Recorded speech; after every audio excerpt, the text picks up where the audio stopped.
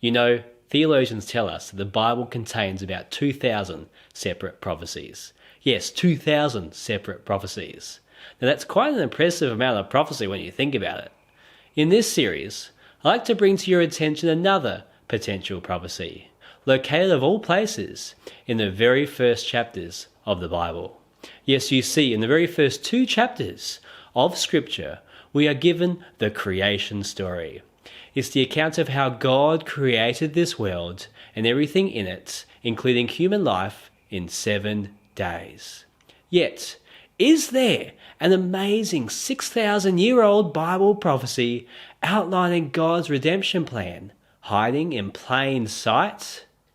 You see, in this series, the main question we'll be asking is this: does the Bible and the 7-day creation week predict a 7,000-year redemption plan for humanity?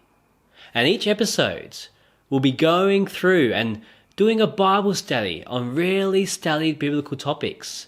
And as we explore Scripture, we will be asking and uncovering, is the literal 7-day creation week prophetic as well? Then we're going to be asking, where are we in this prophetic timeline? Then we'll look into, what does the future hold? And finally, we'll be asking, when will the last day events take place? How close are we to them? Are we years away? Are we tens of years? Hundreds of years? How close? But as we progress with our series, I want to bring to your attention some evidence to suggest that the final events could be on our very doorstep. Perhaps you are skeptical. I would be too, but stay with me as we unpack Genesis 1 and 2 and determine whether there are any prophecies contained therein. Welcome to the Creation Code, the Great Cosmic Week.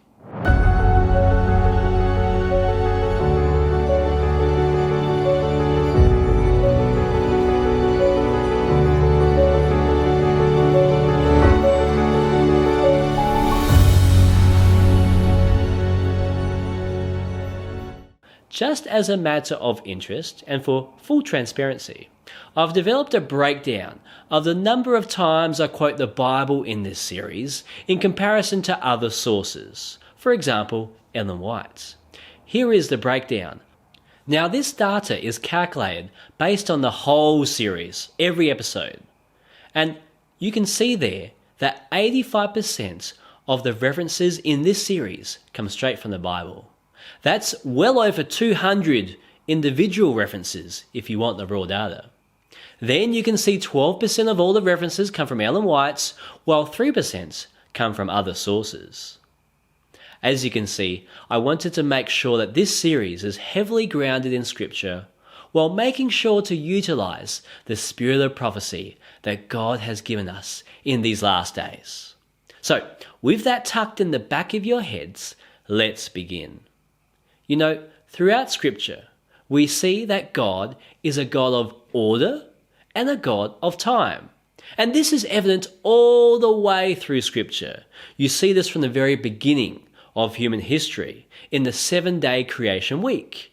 And you see it right through until the end of time, concluding with the 1,000 years in heaven and the final judgments. And along the way, God gives us a number of time prophecies, as well as various events and stories that seem to run according to a precise amount of time specified by God. Then we can also consider the life of Jesus. Now, was Jesus following a time schedule? Well, we need to ask, what does the Bible say? John chapter 7, verse 6 says, "Then Jesus said to them, 'My time has not yet come.'" And you know, there's many other verses like this as you look through the Gospels. Here's one more. John chapter 2, verse 4. Jesus said to her, "Woman, what does your concern have to do with me? My hour has not yet come." Here, this Greek word hour literally means a specific time or a predetermined time. Jesus is actually saying that his set time, his set hour, has not yet come. But then later in his ministry, leading to his arrest and crucifixion, we find that Jesus declared that his time had come. John 17 verse 1 says, Jesus spoke these words, lifted up his eyes to heaven, and said, Father, the hour has come. Glorify your Son, that your Son also may glorify you. So what is the meaning of all this? Well, Ellen White gives us some good insights. She writes, the words mine hour is not yet come point to the fact that every act of Christ's life on earth was in fulfillment of the plan that had existed from the days of eternity. Before he came to earth, the plan lay out before him, perfect in all its details. But as he walked among men, he was guided step by step by the Father's will. He did not hesitate to act at the appointed time. With the same submission, he waited until the time had come. That's the desire of ages. And you know what? The Bible also makes it clear that there was a redemption plan, a detailed plan of how to deal with sin. And Paul tells us that this was laid out before the foundation of the world. Then, when Jesus came to this world, we see in his life that he followed this plan meticulously and refused to deviate from it. Paul writes in Romans chapter 5, verse 6, For Christ, while we were still helpless, yet died at the appointed time for the ungodly. At the appointed time. In this series, we're going to be exploring this great plan of redemption. The central focus of this series is to look at the Great Cosmic Week, or what is now commonly referred to as this 7,000-year theory. Other names given to this idea include God's Great Week, or the Great Week of Time, or God's 7,000-year redemption plan. So, what is this 7,000-year theory, or this Great Cosmic Week? Well, the idea is this, that human history will last 6,000 years, followed by a millennial Sabbath in heaven, just as creation took 6 days, followed by the seventh-day Sabbath. Now, this idea is not something new with me. No, this idea has actually been around for a couple thousands of years, as we have quotes from ancient writers talking about it. And at various stages throughout history, this idea has gained popularity. But as we progress further and further into this 21st century, this topic we're finding is becoming more and more silent, particularly from within the Adventist church. But is it worth talking about? Is this topic worth talking about? Nowadays, many people in Christian circles have probably never heard of it. There are certainly pastors I've talked to, senior pastors, who have never heard of it. But that was not always the case. What do I mean? Well, for example, if you were part of the early Adventist church, particularly from the 1850s to the early 1900s, you would most certainly have heard of this. Why? Well, because all the early prominent Adventist leaders of the past believed it and taught it. Don't believe me? Let's just have a look at a few of them. Have you heard of Joseph Bates? Joseph Bates was one of the co-founders of the Seventh-day Adventist Church, along with James and Ellen White. Joseph was actually the one who converted James and Ellen White to accept the seventh-day Sabbath. So, what did Joseph Bates believe? He writes, Paul tells us, there remaineth a keeping of the Sabbath to the people of God, and that we believe will be in the millennium, the 7,000th year. That was Joseph Bates. Did Joseph Bates believe in the 7,000-year redemption plan for planet Earth? Yes, he did. Okay, how about Stephen Haskell? We have Stephen Haskell to thank that there is such a large Adventist presence in the South Pacific region, and particularly in Australia. You see, Stephen led the first pioneers of the church, or the first missionaries, to the region and to Australia. While he was here, he helped set up many of the churches, and he was even instrumental in starting up the Signs Publishing Company in Melbourne, which still runs today and publishes a variety of books and resources. But what does Stephen Haskell say on the topic? Well, in his book, The Cross and Its Shadow, which you can buy today, he writes, "After the second coming of Christ, the Lamb would lie desolate 1,000 years, keeping Sabbath to atone for the many Sabbaths that have been disregarded since that time. The weekly Sabbath was a stepping stone leading up to the final rest of the Jubilee." Okay, what about John Andrews? John Andrews accepted the Seventh-day Adventist faith at age 15, and then by age 23, he was an ordained minister of the church, and he became the first ever Adventist missionary overseas. Now, it is said that he was fluent in 7 languages. Yes, 7 languages. But not only that, it was also said that he could recite the New Testament by memory. Wow! Because of this, and because of his contributions, the first Adventist university was named after him for his efforts in the Adventist church. You may have heard of the university. It's Andrews University in Michigan. So, what did John Andrews say about this great week of time? He actually said quite a lot. Amongst other things, he even wrote a series of articles in the Review and Herald on the topic. The series that he wrote was entitled The Great Week of Time, the period of 7,000 years devoted to the probation and the judgment of mankind. In it, he writes, "When God created our earth, he indicated the period of time which must elapse before the day of judgment. He employed 6 days in the work of creation. On the 7th day, he rested from all his work. He sanctified the 7th day to be an everlasting memorial of the work of creation." Look, this is John Andrews. John Andrews was largely responsible for establishing the theology and the prophetic interpretation of the Adventist Church, which it still holds today. He was the 3rd ever General Conference President, and of course the editor of the Review and Herald. Later, as we said, the first ever Adventist university was named after him for his significant contribution to Adventist doctrine. And what does he believe? Let's read another quote. He writes, "From the earliest dates in the book of Genesis to the resurrection of the unjust at the end of the millennium, the period of 7,000 years is measured off." That's John Andrews. Okay, how about James White? James White was, of course, Ellen White's husband, and he was a key co-founder of the Seventh-day Adventist Church.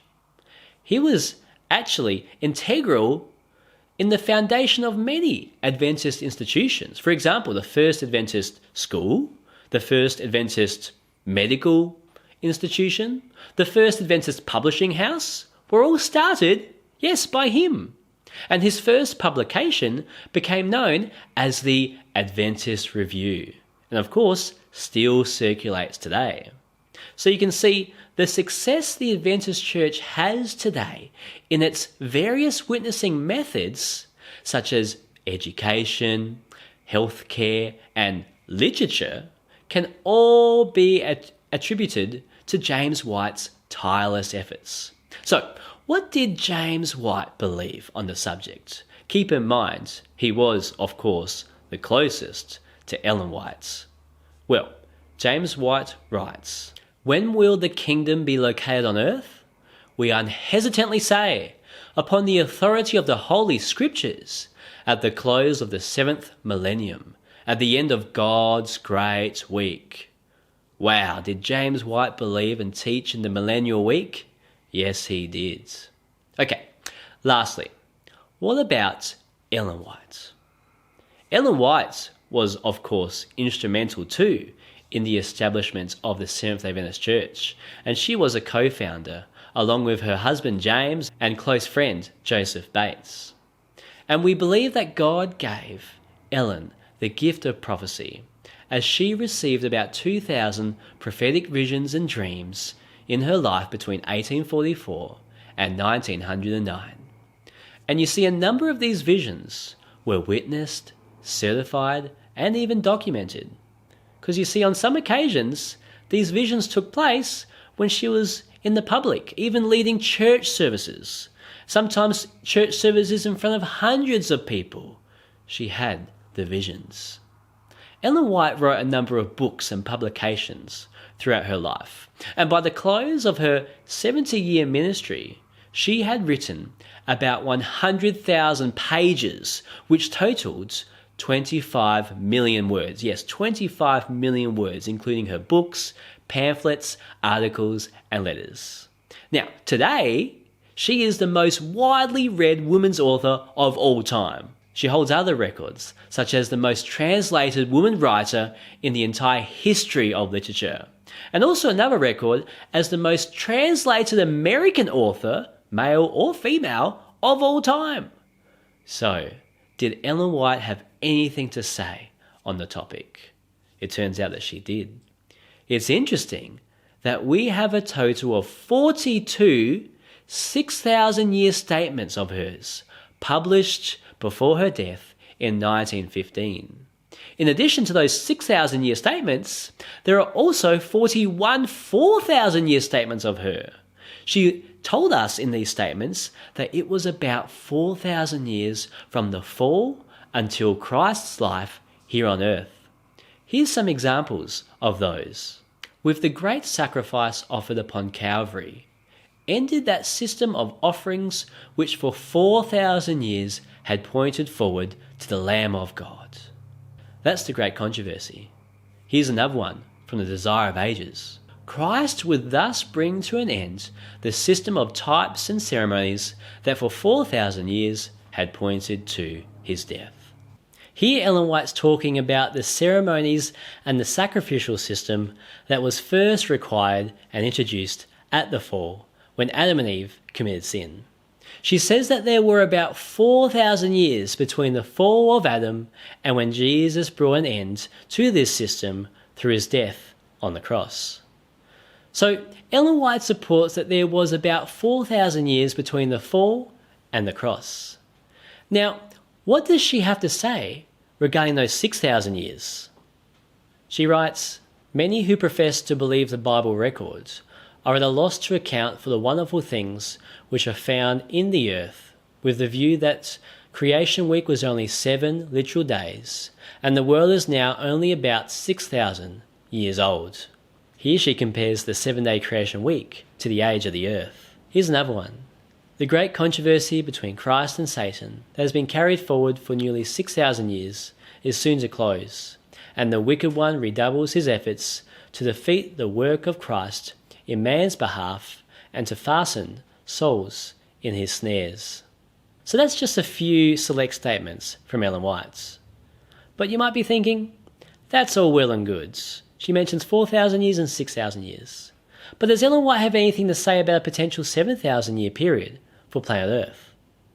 Well, later in the Great Controversy, Ellen White writes this: "For 6,000 years, Satan's work of rebellion has made the earth to tremble. For 6,000 years, his prison house has received God's people, and he would have held them captive forever, but Christ had broken his bonds and set the prisoners free." And then she writes, just a paragraph later, "For 1,000 years, Satan will wander to and fro in the desolate earth to behold the results of his rebellion against the law of God." Now, what's 6,000 years plus 1,000 years? Here we have an example of both these time periods mentioned together. Does Ellen White support this idea of a 7,000-year timeline? That's what I'm reading. You know, as I look back over the early Adventist pioneers of our church, it's amazing to discover how this was such an accepted teaching in the early church, a church that was growing exponentially across the globe. They all seem to hold on to this belief that the creation week sets the pattern for God's great week, a 7,000-year plan God had for earth. And remember, I've just gone over some of the more prominent early pioneers. We could have gone over many others if we wanted to. But it makes you think, why aren't we teaching it today? I mean, why aren't we even talking about it? Why has this topic gone quiet? One big reason is because there is so much controversy surrounding this topic. Why? Well, particularly because it has led to date setting the second coming of Christ. We know from the past and also the Bible that date setting is not okay and futile. We are simply not to do it. As soon as you set dates and those dates come and go, all credibility is lost.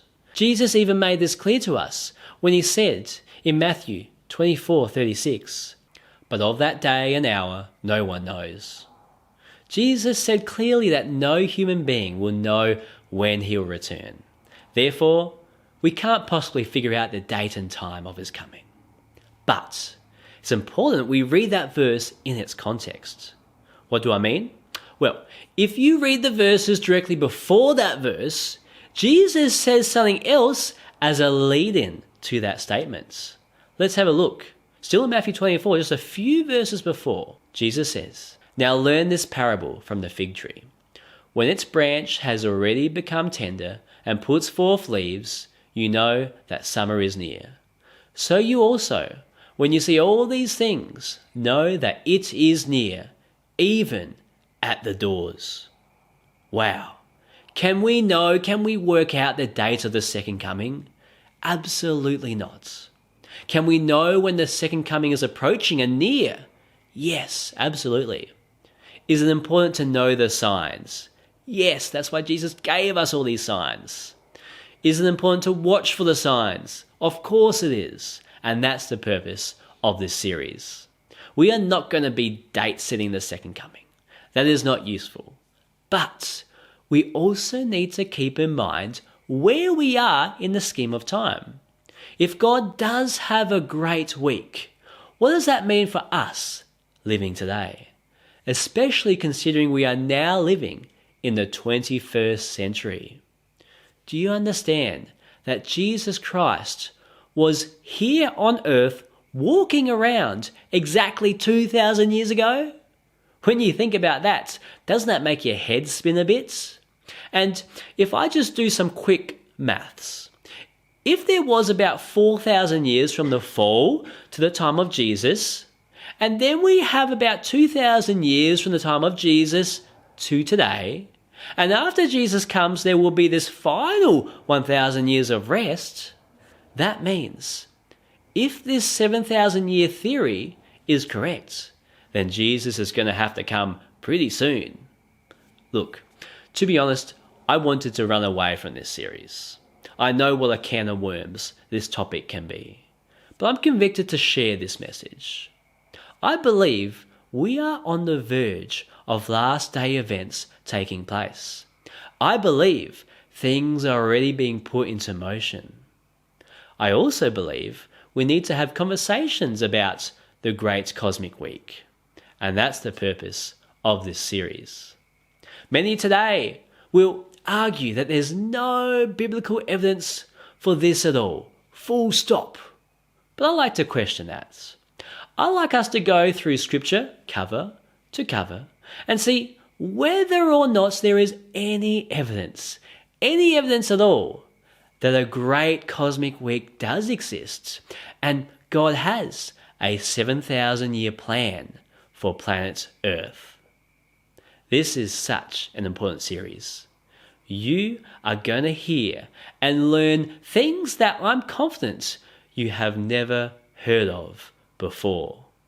Don't miss out on a single episode. Don't miss out on the next episode as we uncover evidence from the Bible to determine whether the 7-day creation week prophetically reveals God's redemption plan for humanity in great detail. People tell me that once you see it, you cannot unsee it. How about you? Will you be able to see the creation code?